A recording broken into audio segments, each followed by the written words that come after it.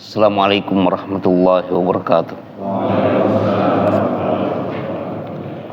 Innal hamdalillah nahmaduhu wa nasta'inuhu wa nastaghfiruh wa na'udzu billahi min shururi anfusina wa sayyiati a'malina. May yahdihillahu fala mudhillalah wa may yudlil fala hadiyalah. Wa ashhadu an la ilaha illallah wahdahu la syarikalah wa ashhadu anna Muhammadan abduhu wa rasuluh. Amma ba'd. Jemaah Ta'lim Masjid Al-Mukarramin, dari kitab Al-Ubudiyah yang biasanya kita baca di awal bulan, hari Sabtu awal bulan, kita sampai di halaman 5, yaitu alinea pertama di atas. Dan Allah Subhanahu wa ta'ala menjadikan ibadah kepadanya sebagai suatu kewajiban yang Rasulnya senantiasa berada di atasnya. Silakan.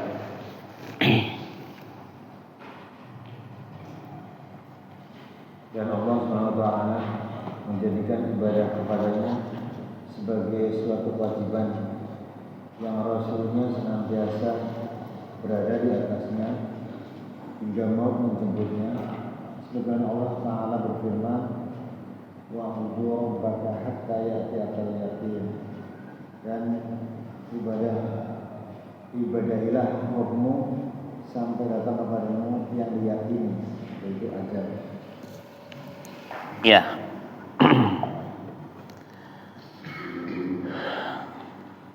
Dan Allah menjadikan ibadah kepadanya, beribadah kepada Allah semata, bukan kepada selainnya, sebagai suatu kewajiban yang Rasulnya senantiasa berada di atasnya. Ini Rasulullah Nabi Muhammad SAW di sini disebutkan memiliki sifat ibadah yang dimana ibadah tersebut Allah firmankan, wa'bud rabbaka hatta ya'tiyakal yaqin. Wahai Muhammad, beribadahlah engkau kepada Rabbmu hatta ya'tiyakal yaqin, sampai datang kepadamu kematian. Wah, ini cukup mendalam nih. Berarti Nabi Muhammad SAW sebagai manusia yang paling mulia di sisi Allah di dunia dan di akhirat, diwajibkan oleh Allah beribadah sampai kapan? Sampai mati. Kalau umatnya, nah begini, ada nggak batasan yang Allah berikan seperti yang ada dalam prinsip sebagian sufia, bahwa seseorang yang sudah sampai kepada Allah dalam tingkatan tertentu itu tidak dituntut lagi dengan hukum syariat. Kalau sudah jadi wali, kalau sudah berpredikat wali, dia tidak perlu lagi beribadah. Ada nggak begitu? Iya, ada. Maksudnya apakah dalam syariat Islam? Kita lihat saja firman Allah, Nabi Muhammad saja yang begitu mulia di sisi Allah di dunia dan juga di akhirat, kan sebagai manusia terbaik di akhirat nanti kan. Dari mana diketahui? Karena beliau yang bersabda seperti itu, ana sayyidu waladi ibni adam yaumal qiyamati wala fakhr. Saya pemimpin anak cucu Adam pada hari kiamat, dan ini bukan membanggakan diri. Beliau yang diberikan otoritas syafaat juga. Namun Allah Subhanahu wa ta'ala berfirman, wa'bud rabbaka, beribadahlah engkau wahai Muhammad kepada Rabbmu hatta sampai ya'tiyaka, datang kepadamu al-yakin. Apa al-yakin? Al-maut. Ya, jadi ini harus kita yakini, kewajiban beribadah yang beliau sifati itu adalah ibadah yang tulus sampai mati. Jadi membatalkan prinsip sufia ya, yang katanya ada tingkatannya. Kalau orang sudah sampai di tingkatan itu itu ya membuat sebagian orang kalau sudah merasa berilmu, merasa diri boleh melakukan yang haram-haram. Perzinahan dianggap biasa,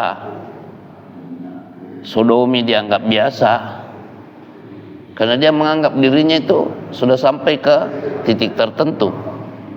Ini salah yang seperti ini.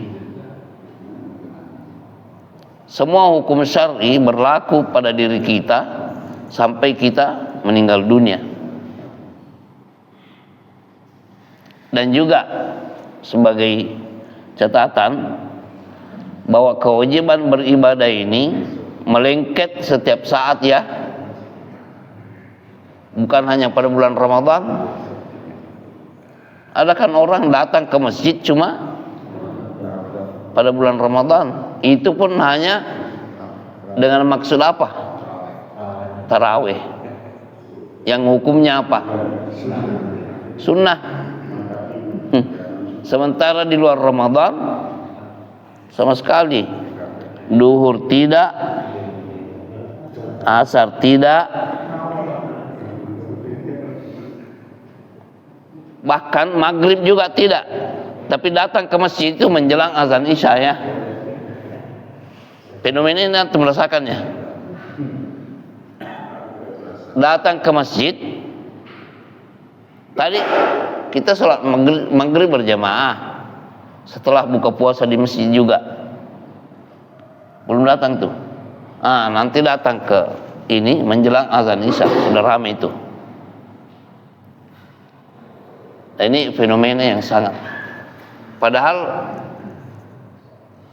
coba di luar Ramadan, sholat isya itu dan maghrib itu wajib atau tidak? Sementara tarawih sudah tidak ada. Itu pun punya sunnah. Ya, prinsip ini salah ya. Salah. Apa yang dikhawatirkan oleh Nabi Muhammad sallallahu alaihi wasallam ketika beliau 3 malam berturut-turut keluar qiyamul lail, qiyam Ramadan, dan diikuti oleh para sahabat. Tiba-tiba malam berikutnya beliau tidak keluar. Lalu mereka mendengarkan gemuruh pertanyaan, mengapa Rasulullah tidak keluar semalam? Beliau dengarkan, kan beliau berdampingan dengan masjid kan? Lalu beliau keluar dengan menjelaskan bahwa tidak tersembunyi bagi saya apa yang terjadi bagi kalian semalam, tapi saya tidak keluar dengan prinsip khawatir qiyam Ramadan itu diwajibkan kepada kalian. Apa yang beliau khawatirkan? Jangan sampai menjadi.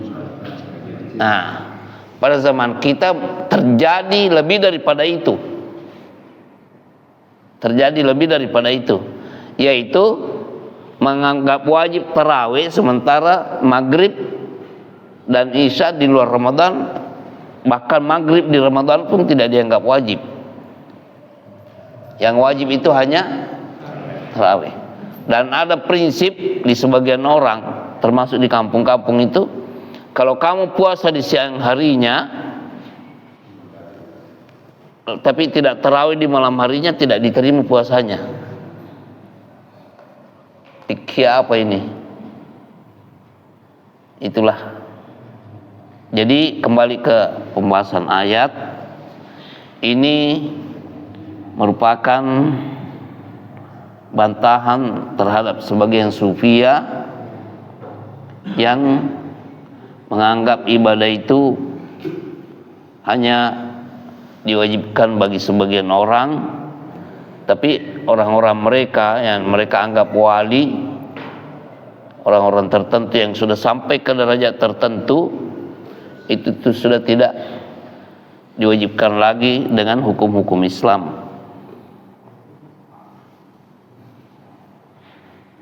Ya, lanjut Pak.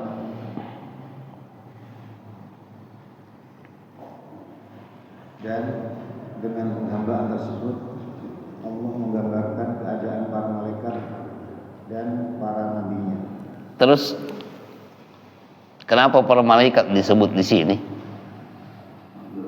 Di mana para malaikat itu? Kan di sana kan ada juga sebagian yang ditugaskan ke bumi ini untuk urusan manusia. Nah,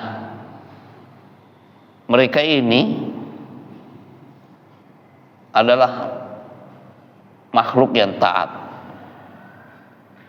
Sebagaimana Allah Subhanahu wa taala firmankan, la ya'sunallaha ma amarahum wa yaf'aluna ma yu'marun.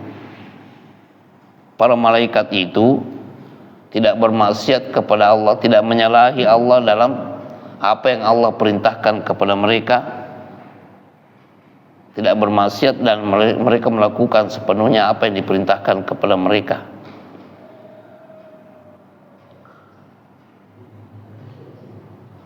Walahu man fis samawati wal ard wa man 'indahu la yastakbiruna an ibadatihi wa la yastahsirun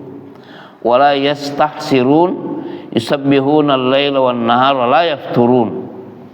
Artinya, dan punyaannya lah segala yang di langit dan di bumi, dan malaikat-malaikat yang di sisinya. Mereka tidak mempunyai rasa ampuh untuk menyembahnya dan tidak pula merasa letih. Mereka selalu bertasbih malam dan siang, tiada henti-hentinya. Kalau manusia ada hentinya Pak ya? Ada hentinya atau tidak manusia?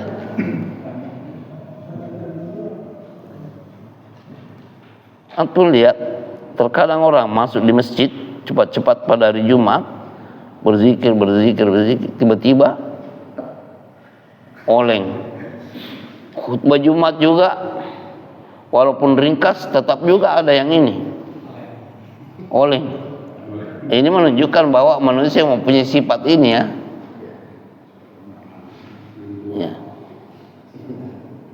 Nah, itulah para malaikat yang begitu mulia, makhluk yang taat kepada Allah, itu memiliki sifat seperti itu. Tidak bosan-bosannya mereka bertasbih, beribadah kepada Allah Subhanahu wa taala. Yusabbihuna al-laila wan nahar, siang malam. Kalau kita siang malam ada tidurnya Pak ya, pagi juga tidur. La yafturun, mereka tidak futur. Apa arti futur? Tidak bosan, tidak henti.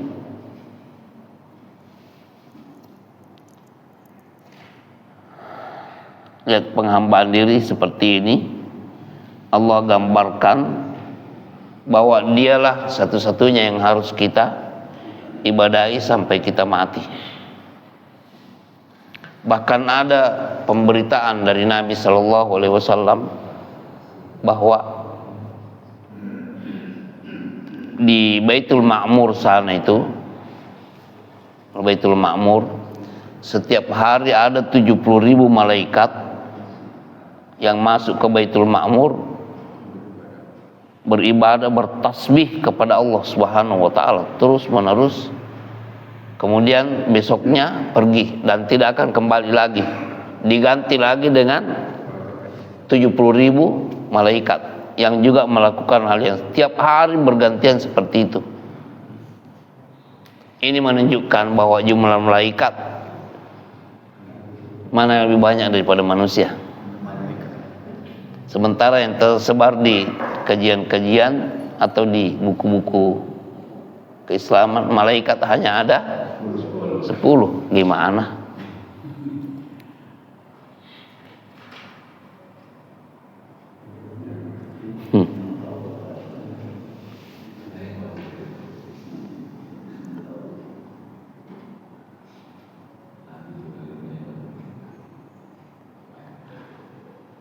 Kemudian Allah berfirman, innal ladzina 'inda rabbika la yastakbiruna an ibadatihi wa yusabbihunahu wa lahu yasjudun. Artinya, sesungguhnya malaikat-malaikat yang ada di sisi Rohmu tidaklah merasa sombong menyembah Allah, dan mereka mensucikan namanya, dan hanya kepadanya lah mereka bersujud. Ya, ini gambaran tentang la yastakbiruna. Mereka tidak menyombongkan diri untuk tidak beribadah kepada Allah. Jadi tidak beribadah kepada Allah kesombongan kan? Menurut ayat ini. Keangkuhan. Makanya ayat berikutnya, wa qala rabbukum ud'uni astajib lakum. Innal ladzina yastakbiruna an ibadati sayadkhuluna jahannama dakhirin. Artinya, dan Roh kalian berfirman, berdoalah kalian kepadaku, niscaya aku akan perkenankan bagi kalian. Sesungguhnya orang-orang yang menyombongkan diri dari menyembahku akan masuk neraka jahanam dalam keadaan hina-hina. Lihat pentingnya hakikat penghambaan diri ini. Termasuk di sini apa yang kami sampaikan kemarin di khutbah, bahwa di dalam mengerahkan ibadah kita kepada Allah ini, kita harus meyakini bahwa yang kita ibadahi ini adalah Allah yang ada di mana? Di atas langit. Sehingga setiap kali kita ruku, sujud, itu keyakinan kita itu bahwa yang kita ibadahi ini adalah Allah yang ada di atas langit. Dan ana sempat menukil perkataan Ibnu Qayyim al-Jauziyah rahimahullah, murid daripada beliau Syekhul Islam, di dalam kitab Thariqul Hijratain itu Ibnu Qayyim mengatakan, orang-orang yang tidak meyakini bahwa Allah ada di atas langit itu bimbang di dalam kehidupannya dan di dalam ibadahnya. Bimbang. Karena dia mau sujud dan ruku itu perasaannya kemana? Dia tidak tahu di mana Allah. Bimbang jadinya. Anehnya orang-orang yang tidak mau meyakini bahwa Allah ada di atas langit itu berdoanya begini juga. Kenapa tidak begini? Di mana? Kan katanya di mana-mana ya. Hah. Kenapa masih begini juga? Apa artinya ini? Nah, itu banyaknya firman Allah. Ilaihi yas'adu al-kalimut thayyibu wal amalus salih. Kepadanya naik. Apa arti naik? Tidak begini kan? Naik. Al-kalimut thayyib, segala ucapan-ucapan yang baik, takbir, tasbih, tahmid, tahlil, itu semua naik. Ucapan ini semua naik kepada siapa? Kepadanya, kepada Allah. Tidak begini kan? Berarti begini naik kan? Yas'adu, naik. Wal amalus salih juga, amalan salih yang kita lakukan, apa kita dalam bentuk ibadah, salat, takarrub dengan zakat, ibadah umrah dan haji, begitu juga puasa, dan semua ibadah kita yang kita yakini itu bahwa semuanya ini terangkat kepada Allah Subhanahu wa ta'ala untuk diberikan pahala, bukannya kemana-mana. Ibnu Qayyim berkata seperti itu. Orang yang tidak meyakini bahwa Allah ada di atas langit akan bimbang hakikat penghambaan dirinya tidak mungkin akan tercapai. Karena bimbang, dia mau arahkan kemana ibadahnya. Ya, jadi orang-orang filsafat itu selalu berusaha menghilangkan hakikat akidah ini dengan berbagai alasan yang langsung bertabrakan dengan dalil-dalil, yaitu firman Allah sendiri yang mereka lawan, yang mengatakan bahwa Allah Subhanahu wa ta'ala itu ada di atas langit dan juga beristiwa di atas arasy-Nya, membawahi semua makhluknya. Tidak ada yang lepas dari pengawasan Allah Subhanahu wa ta'ala. Inna rabbaka labil mirsad. Allah selalu mengintai semua makhluknya, tidak ada yang terlepas. Itu ya yang harus kita yakini, bahwa pertama selalu kita mengatakan semoga husnul khatimah. Apa sih husnul khatimah itu? Kalau orang bilang husnul khatimah, apa artinya Pak? Meninggal dalam keadaan baik kan? Bukan dalam keadaan jahat. Untuk mencapai husnul khatimah itu apa yang dibutuhkan? Tahqiq ibadah, pembuktian ibadah kita kepada Allah Subhanahu wa ta'ala tanpa henti-hentinya. Keislaman kita, akidah kita kepada Allah Subhanahu wa ta'ala, di mana Allah dan bagaimana beribadah kepada Allah, siapa yang kita jadikan sebagai panutan, itu tahqiqnya, pembuktiannya. Tidak cukup hanya mengatakan semoga husnul khatimah. Harus diusahakan dengan cara pembuktian hakikat ibadah kepada Allah Subhanahu wa ta'ala. Rasul yang diutus oleh Allah kepada kita, kepada umat manusia dan kepada jin, itu menjelaskan dan mencontohkan hal itu. Jadi kalau mau husnul khatimah, ikuti Nabi Muhammad SAW, karena dialah manusia yang paling mulia di sisi Allah di dunia dan di akhirat. Subhanakallahumma bihamdika asyhadu an la ilaha illa anta astaghfiruka wa atubu ilaik. Assalamualaikum warahmatullahi wabarakatuh.